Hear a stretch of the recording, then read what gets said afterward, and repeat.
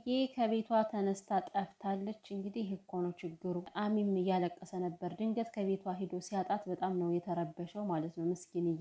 ሰላም ሰላም፣ ውድ ቻናል ቤተሰቦች እንዴት ናችሁልኝ? ደህና ናችሁ ወይ? ሰላማችሁ ብዝት ትርፍ ይበልልኝ። እንግዲህ ከአሚ ጋር እንደተነጋገሩት ያው ወደ ጸበል ልትሄድ ነበረ ሄሉ። የጸበሉ ጉዳይ የሁሉም የተመልካችን ሀሳብ ነው። ምክንያቱም በዚህ ሰዓት ላይ በቃ ጸበል ነው የሚያስፈልገው ወሳኙ ስለሆነ ማለት ነው። ግን ድንገት ከቤት ተነስታ ወጥታለች ሄሉዬ፣ እኔ ወድ ባለሽበት እግዚአብሔር አምላክ ይጠብቅሽ፣ መድኃኒዓለም የምትወጁ ይጠብቅሽ። ቤተሰብ እናንተም ጸሎት አድርጉላት። ግን ደግሞ ያን ያክል አትረበሹ። ሄሉ አለች፣ የትም አልሄደችም። ምክንያቱም አሚ ቪዲዮ ከለቀቀ በኋላ ቪዲዮን አይታ ቼክ አድርጋ ሸርታለች፣ ከኮሚኒቲዋ ላይ ለቃለች ማለት ነው። ሼር አድርገዋለች አለች። የወጣችሁ ከቤቷ በቃ ንፋስ ልቀበል ብላ ወይም ደግሞ ቤተክርስቲያን ደረስ ብዬ ልምጣ ብላ ነው የወጣችሁ እንጂ የትም ልትሄድ አትችልም። ሄሉዬ የኔ ምስኪን በዚህ ሰዓት እያሳለፈችው ያለ ስሜቱን እሷ ብቻ ነው የምታውቀው። እውነት በጣም ከበድ የሆነ ስሜት እያሳለፈች ነው ያለችው። እንግዲህ ዳጊ መጥቶ ነበረ። ዳጊ ምንም ነገር አለንም በነገራችን ላይ፣ ምክንያቱም ያው የሄሉን ባህሪ ያውቃል። ከወሰነች እንደማትመለስ በደንብ ስለሚያውቅ ወንድሟም አይደለ ሁሉ ነገሯን ያውቃለን። ብዙ ማብራሪያም አልሰጠም። አንዴ ከወሰነች እሺ ስለማትለኝ እኔ ሞክሬያለሁ፣ ግን ምንም እሺ ልትለኝ አልቻለችም። ጭራሽ ነው ከዚህ ውስጥ መግባት የለብን ያለችኝ አለ እኮ። የሄሉና የአብስራ መለየት ለእኛ ብቻ አይደለም እኮ ለጓደኞቻቸውም ሰርፕራይዝ ነው የሆነባቸው። እንግዲህ በእያንዳንዱ ቤታቸው እየመጡ እያብራሩ ነው። ከኛ ጋር እንዳዩት ቪዲዮ ሲለቀቅ ሰርፕራይዝ እንደሆኑ እየተናገሩ ነው። በጣም ያሳዝናል።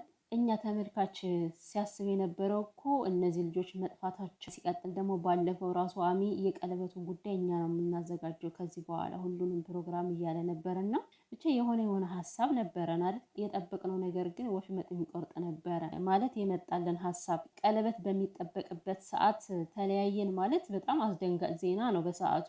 ልዑልም እንግዲህ ዛሬ እመጣለሁ ብሏል። ያው በራሱም እንግዲህ እሱም ሰርፕራይዝ እንደሆነ ሊናገር ይሆናል። ልዑልን ሳነሳ አንድ ኮሜንት ከቤት የተኮሜንት ነበረ እና ስለ ሄሉ ጓደኞች ነው። በነገራችን ላይ ሄሉ የራስሽ ችግር ነው፣ ያብ አላጠፋም። ያንቺ ጠላቶች ካጠገብሽ ያሉ ጓደኞች ናቸው። ያብ ላንቺ ብዙ ነገር አርጎልሻል። የሚወድሽን ወንድ ነው ያጣሽው ይላል ኮሜንቱ ማለት ነው። ወይ ጉድ ዘንድሮ! አሁን ጓደኞቿ ልዑልና ኪራ ናቸው ማለት ነው። ለሷ ጠላት የሆኑት ኪራና ልዑል ናቸው ማለት ነው። የእሷ ህይወት እንዲበጠበጡ የፈለጉት እነሱ ናቸው። ጓደኞቿ እንግዲህ ካጠገቡ ያሉት ለጊዜው እነሱ ናቸው። አንዳንዴ ግን የምንናገራቸውን ብናስተውል ጥሩ ነው። ኪራና ልዑል ለሄሉ ምንም የሚጎዷት ሰዎች አይደሉም። በጣም የሚወዷት የሚያከብሯት ጓደኛቸው ነች። ሲቀጥል ደግሞ ልዑልንም እስካሁን ድረስ ባለፈው በሰራው ከሆነ ይዛችሁት ያለ እሱ በሰዓቱ ያደረገው ልክ ነው። እንዴት ነው አንድ ነገር የሆነ ነገር አለ እየተባለ እየሰማ ውስጡን እየቆረቆረው እንዴት ነው አርፎ ሊተኛ የሚችለው? በሰዓቱ ልዩን አምጥቶ ማገናኘቱ እኮ ትክክል ነው ያደረገው። እንደ ጓደኛ ለጓደኛው ያስባል። ጓደኛው እውነቱን ማወቅ አለባት። እውነቱን አሳወቃት። ይሄ ምንም ጠላት ሊያስብለው አይችልም። ሲቀጥል አሁን ላይ መለያያቸው ምንም ጓደኞቻቸው በማያገባቸው ሁኔታ ነው እነሱ እየተለያዩት። እንግዲህ እየመጡ እየተናገሩ ነው ከኛ ጋር እኩል ሰርፕራይዝ እንደሆኑ። ምንም አላወቁም ጓደኞቻቸው። እና ዝም ብለን ባንፈርጅ ጥሩ ነው እውነት ለመናገር። እንግዲህ ወደ ሄሉና ወደ ያብስራ ሲሄድ ደግሞ ሁሉም እየመጡ ደግሞ ሰርፕራይዝ ከመሆናቸው ባሻገር እየተዋደዱ እየተፋቀሩ ነው የተለያዩት ይላሉ ማለት ነው። እና አሁን እኔ ጥያቄ የሆነብኝ ያለው እኮ የሰው ልጅ እየተዋደደ እንዴት ነው ሊለያይ የሚችለው? ማለት ፍቅር ያሸንፋል አይደለ? ፍቅር እኮ ብዙ ነገሮችን ማለፍ ይቻላል በፍቅር። ፍቅር ካለ የሆነ የምታልፉት ነገር አለ ብቻ። እና የሆነ ችግር ቢፈጠር እንኳን በይቅርታ አይተላለፉም ወይ? ነገሩን ማስተካከል አይችሉም ወይ? እንዴት ነው ልባቸው ያን ያክል እየተዋደደ እየተፋቀረ መለያየትን ከዚህ ጋር ምን አመጣው? ሲቀጥል ደግሞ አሁን ለተወሰነ ጊዜ ተዘጋግተዋል። በቃ ተለያየን ካሉ እንግዲህ ለኛ ከዚህ በቅርብ ነገሩን እንጂ ነገሩ እኮ ከተለያዩ ቆይተዋል። እነሱ ሰንበትበት ብለዋል። የዛን ቀን የፕሮግራሙ ቀንም ተጣልተው ነው ማለት ተለያይተው የተለያየ አይነት ስሜት ነበረ ሲያንጸባርቁት የነበረ። ለኛ እንደ ፕሮግራም አቀረቡት እንጂ እና ከተለያዩ ቆይተዋል። መታረቅ ከፈለጉ እስከዛሬ ድረስ ፍቅር ካለ ከውስጣቸው ለምን ነገሩን ያራዝሙታል? እሺ ሲቀጥል ደግሞ በሰላም ራሳቸው አስበው ወስነው ከተለያዩ ሄሉ በዚህ ያክል ደረጃ ለምንድን ነው የተጎዳችሁ? ለምንድን ነው ልቧ እየተሰበረ ያለው? አስባችሁ ስትለያዩ እኮ እንደዚህ አይደለም። ድንገት የሆነ ነገር እና ታስቦ የተደረገ ነገር ስሜቱ በጣም ይለያያል። ድንገት የሆነ ነገር ሲሆን ልባችሁ ይሰበራል። ምክንያቱም አላሰባችሁበትም።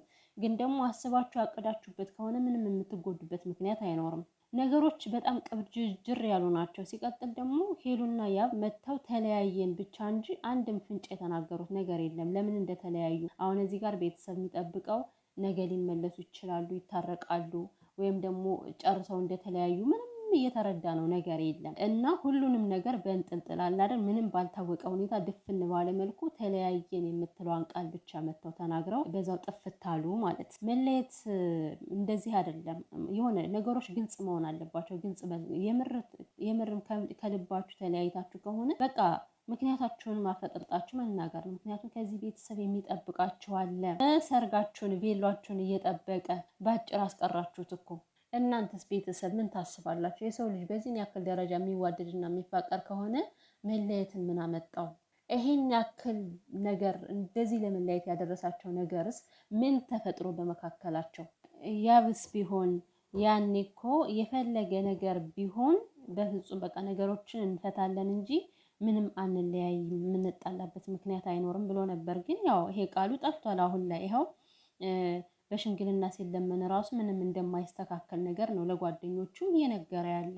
ዛሬ እንግዲህ አሚ የተናገረው እንደዛ ነው። ምንም የሚፈታ ነገር እንደሌለ ነበር ሲናገር የነበረው። እና ታዲያ የእውነት ፍቅር ቢኖር ተነጋግረው አይፈቱትም ነበረ? ሄሉዬ እኔ ምስኪን እሷ እኮ በቃ ነገሩ አውቃው ነበረ። ምክንያቱም እየፈራች ነበር የገባችበት፣ እያስጠነቀቀች ነበር የገባችበት። ዞሮ ግን አንዳንዴ ሁሉም የሚሆነው በህይወታችን ፈጣሪ ያለው ነው። ያው ሄሉዬ ይሄ ፈተና ማለፍ አለብሽ ስለተባለች ያው አሁን ላይ እንግዲህ በፈተና እያለፈች ትገኛለች ማለት ነው። ስለዚህ አሁን ላይ ዋናው ነገር እኔ ትናንትን ተናግሬዋለሁ፣ የሄሉ ጉዳይ ነው የሚያሳስበው በቃ።